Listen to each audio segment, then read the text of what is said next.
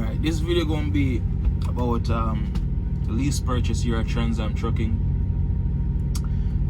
This is just a few tips that you guys can use to help you guys make more money on your lease settlements each week. As a company driver, you can use some of these tips also to help you, maximize your revenue each week also, in my opinion. After this video, I'm gonna do this video in two parts. This is just gonna be the tips, and I'm gonna do another video that goes more in depth about the lease, like the truck payment, how much it is, what Transam deducts from your account weekly, all that stuff. So this is gonna be part one. I'm gonna try and make it not too long for you guys. This is posted from Dre Latimore in the Facebook Transam Professionals group, and he's basically saying, how do you make a little or a lot more on your lease settlements each week? The answer to that is keep your revenue up and your costs down, or simply drive more and fuel less. Let's go deeper. We all know that Transam is making a killing on their lease purchase contracts. You have two payments in addition to the mandated escrow accounts and insurances. Did you know that Transam was self-insured? So that means Transam receives all the lease payments, the insurance payments, the freight payments for on-time servicing and delivering their customers freight on time, which they always say on this garment thing here. But with that said, most of us here are just here to gain experience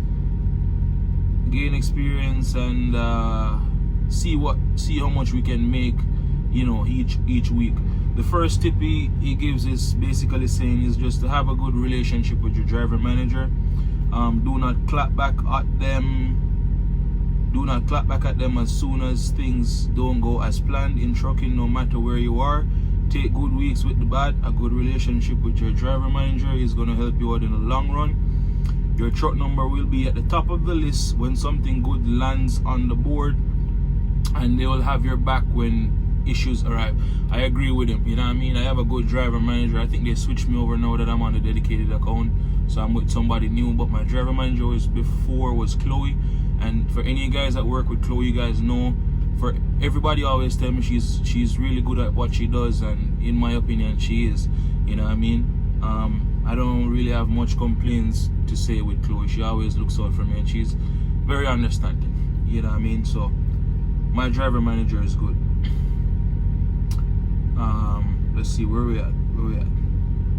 Alright, a good driver manager relationship will ultimately translate to good miles as long as you're doing your job, and that leads to tip 2: manage your clock and drive.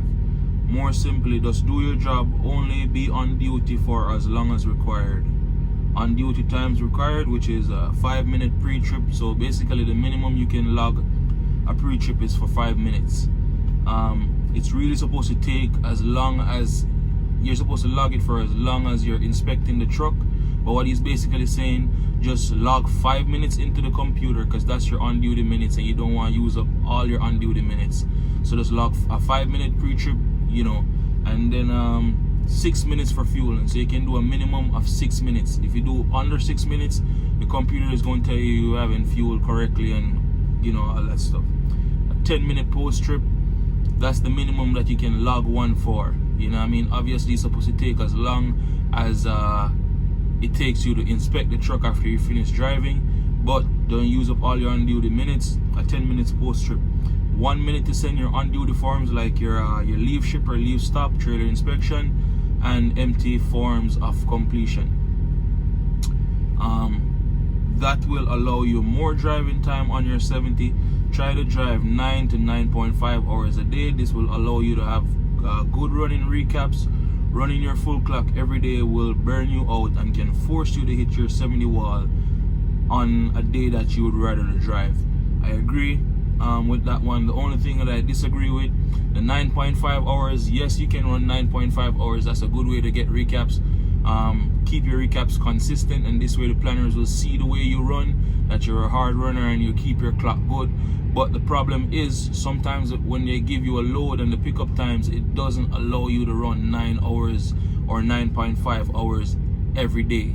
You know what I mean? I think it's more of on the driver and it's on the planner. If you they plan you out really good and you run just the way they plan you really good, then everything is going to work smooth. But if they give you a pickup time and let's say they give you 3 days to drive 500 miles, because it takes 3 days to deliver the load, that's the appointment time you got. You can't drive if you drive 9.5 hours in 1 day at full speed, that 500 miles is going to be done within the first day. So I don't know if you guys understand what I'm saying, but it's not always you can't always drive 9.5 hours, but that's obviously the aim that you should be driving. If you can drive 9.5 hours every day or 500 miles every day, that's the ideal thing to do. So when you get your recaps, those are good. Okay, now you know how to drive and to keep the good trips coming your way. Tip number 3 is basically managing your fuel efficiency. Check your tires and inflation, your engine fluids.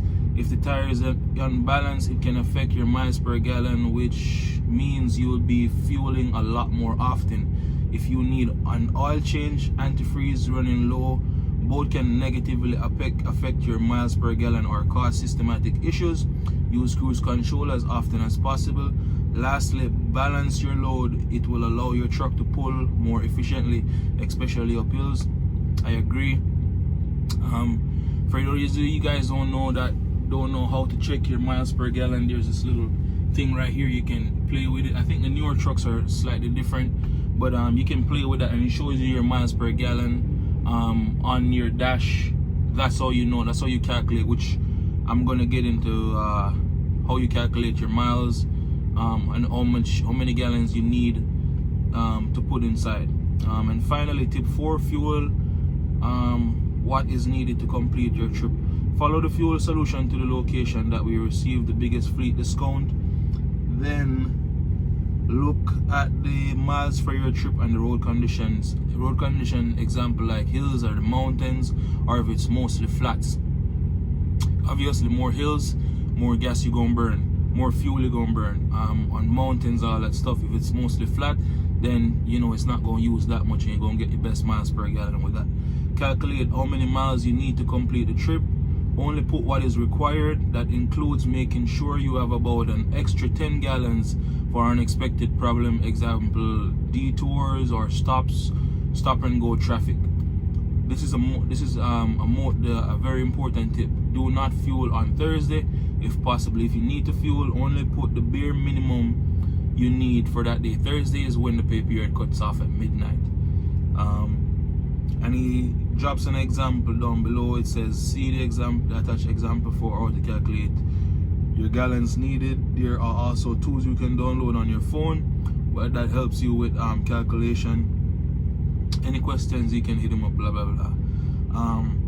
And it says 500 divided by 6 equal 83.333. The 500, you have a trip that says 500 miles. The 6, where he gets the 6 from, 6 is worst case scenario, that your truck is burning, is giving you 5 miles per gallon. That's what I was talking about.